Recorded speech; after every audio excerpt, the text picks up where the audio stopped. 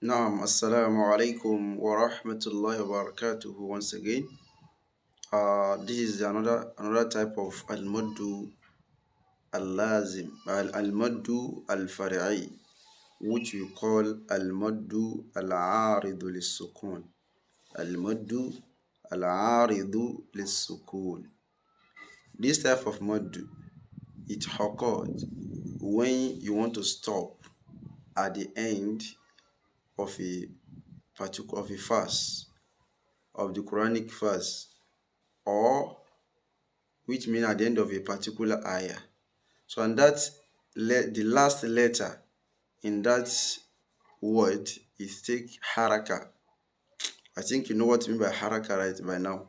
Fatha, Kesra, or Dhamma. So you are now going to stop on that letter as if it has sukun.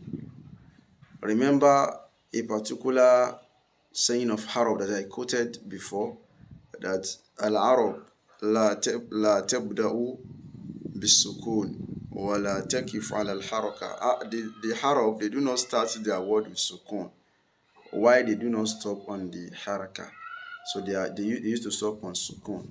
What I'm saying is that I can see this ayah. Alam nashrah laka sadiraka. The kaf in that sadiraka, that's the last word. And the last letter in this sadiraka is kaf, which take what? Fatha. But if you are stopping on this fast, on this word, so you are to pronounce this kaf as if it has sukun, because you are stopping on it. How I say, Alam nashrah laka sadirak, because you are stopping on that fast. So you say, Alam nashrah laka sadirak, as if it has sukun. Whereas in reality, what does it have? It has fatha. So this kind of person is what we call al-maddu al-aridu lis-sukun. Al-maddu al-aridu lis-sukun. That's one circumstances. The second one is when you have the uruful maddi, like ya, like fat, like alif, like wow. I get this now. But you want to stop on the next letter that follows it. So you are going to pronounce it as if it has sukun. So as we have here, nasta'inu. Iyyaka na'budu wa iyyaka nasta'inu.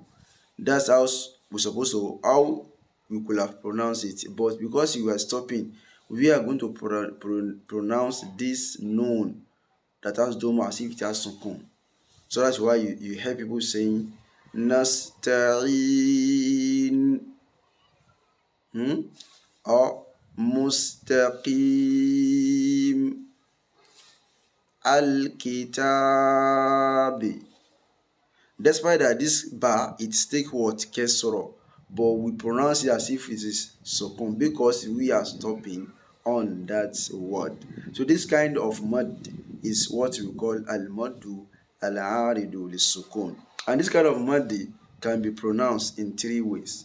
You can decide to make it not to elongate the mud more than 2 harakat. You can decide to do it 4 harakat. You can decide to do it 6 harakat. So depend on your choice. Harakatani, arba'u, or 6 harakat. So that's the rules for this type of mud. So whenever you are stopping on a particular word and that word has haraka, so you are going to pronounce it as if it is sukun. So that's what we call al-maddu al-aridu lis-sukun. Take another example here where we have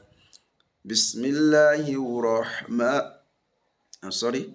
Bismillahirrahmanirrahim. You know it is Rahmanirrahimi. So, but because you are stopping, we say Bismillahirrahmanirrahim. Qad aflahal mu'minun. We're not saying Qad aflahal mu'minuna. No, because you are stopping. But if you are joining that ayah with the next ayah, you are going to pronounce that haraka then. So as you have Alam nashrah laka sadrak.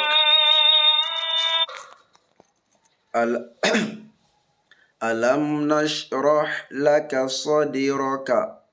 So as if when you are joining to the another ayah, that's what we are going to take in about what you call al-maddu al-aridu lis-sukun. May Allah make it understandable and beneficial. Wassalamu alaikum wa rahmatullahi wa barakatuhu.